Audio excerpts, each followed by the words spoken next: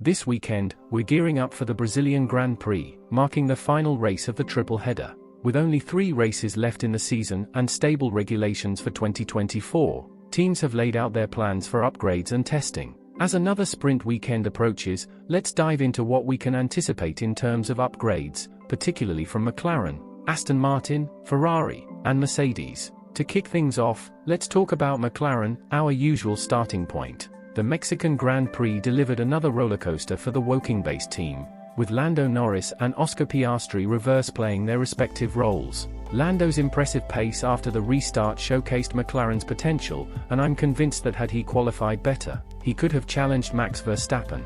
A showdown between Hamilton and Norris would have been thrilling. Now, shifting our focus to Brazil, let's discuss their prospects at this circuit. I believe McLaren, armed with 2 substantial upgrade packages, could emerge as the best of the rest, though still trailing behind Red Bull. The Brazilian track emphasizes slow-speed cornering performance and mechanical grip, areas where the MCL60 excels. Some credit goes to McLaren's suspension system, which bears similarities to Red Bull's, providing them with an advantage in terms of late braking and early acceleration. McLaren is the only team that has managed to bridge the gap between themselves and Red Bull in this aspect through their upgrades. Consequently, we can expect McLaren to perform strongly in Sector 1 and Sector 2 of the lap. Sector 3 might pose a challenge, as the McLaren car tends to have some aerodynamic drag, although not as pronounced as in Mexico. Overall, McLaren appears well positioned for a successful weekend in Brazil. The team has no immediate upgrades planned for this race, focusing instead on testing to refine their 2024 car.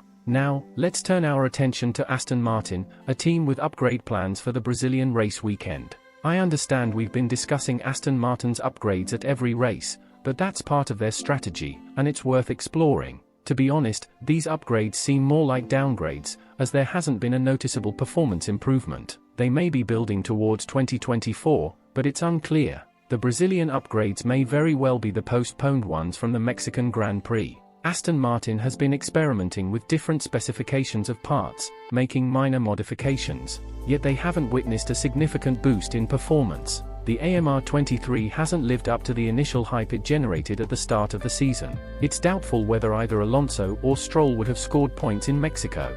This season, Aston Martin has taken a contrasting path to McLaren. While McLaren advanced with upgrades, Aston Martin regressed with downgrades. Consequently, it appears that the Silverstone-based team may face challenges in 2024. However, it's not all doom and gloom.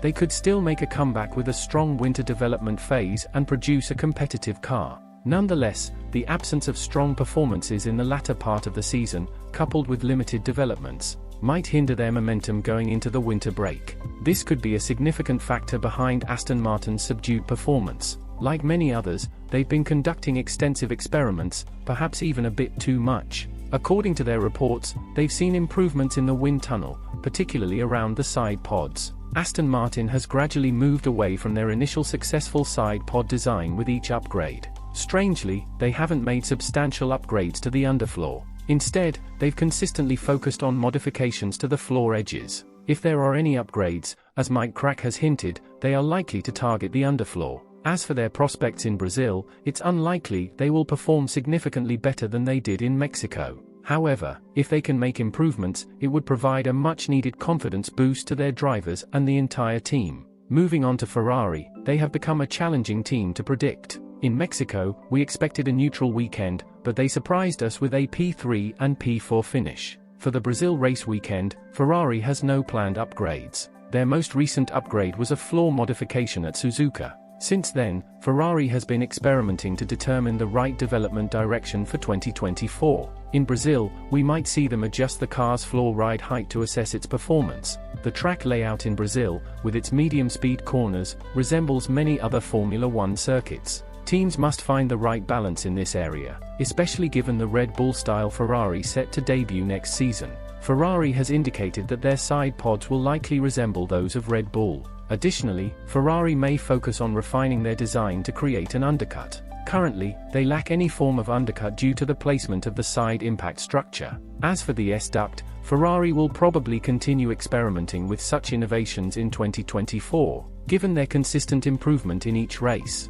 In Mexico, they showed a strong single-lap pace, although Ferrari faced some cooling issues. which have seen improvement since 2022. The SF23 remains a force on the straights, which will be crucial on the long straights in Brazil's Sector 3. They might require assistance in Sector 1 and Sector 2, where corner profiles are more challenging. However, Sector 3 will be their stronghold. Predicting Ferrari's performance is always a challenge, but overall, it appears to be a potentially decent weekend for them. Now, let's shift our focus to Mercedes.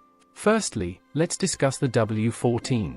The floor upgrade has proven effective, dispelling doubts raised after Hamilton's disqualification in Austin. While there are still rumors regarding the wear on Hamilton's W14 plank, running the car too low on bumpy tracks can negatively impact performance. The actual Mercedes car seems to be competitive for the upcoming season, alongside Ferrari, McLaren, and Red Bull. Since introducing the new floor in Austin, Mercedes has been experimenting with the ride height of the Silver Arrows, aiming to find the perfect setup for their 2024 car across various track types. While the upgrades have improved the car, it still displays some rear instability. However, Hamilton's boosted confidence is evident in his outstanding pace, particularly in comparison to George Russell. In terms of upgrades, Mercedes doesn't have any planned after the floor upgrade in Austin.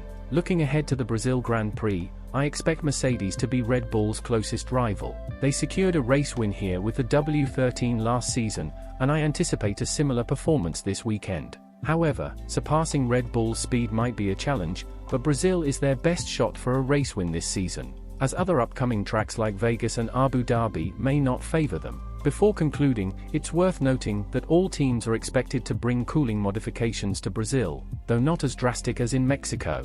These adjustments are necessary to adapt to the changes in altitude. In my prediction, Red Bull is likely to lead, with Mercedes and McLaren closely matched behind, followed by Ferrari and the rest of the grid. As the race weekend approaches and Brazil hosts another sprint event, I'm curious to hear your expectations for the Brazilian Grand Prix. Which team, with potential upgrades, do you believe will come closest to challenging the Red Bulls in Brazil?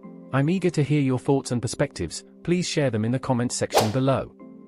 Also, remember to subscribe to the channel for notifications on our future uploads, ensuring you stay informed about the developments in the 2023 Formula One season.